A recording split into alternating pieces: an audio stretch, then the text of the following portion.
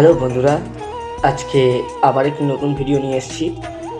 আপনারা দেখেছেন মা দুর্গা যে প্রতিমা রয়েছে তার সাথে কার্তিক, গণেশ, লক্ষ্মী, সরস্বতী সকলের কাছেই বাহন রয়েছে হাঁস, পেঁচা, ময়ূর, ইঁদুর। তো মা দুর্গার কাছেও সিংহ এবং সাপ রয়েছে।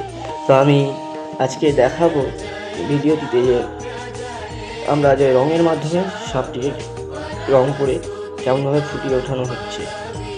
তো ভিডিওটা ভালো লাগলে অবশ্যই লাইক করবেন, কমেন্ট করবেন, শেয়ার করুন। ভালো লাগলে অবশ্যই কমেন্ট করে জানাবেন। নেক্সট ভিডিও আরও তাড়াতাড়ি দেব। ভালো থাকবেন। আর অগ্রিম সবাইকে শুভ শারদীয়ার আন্তরিক প্রীতি ও শুভেচ্ছা। ভালো থাকুন, সুস্থ থাকুন। জয় মা দুর্গা।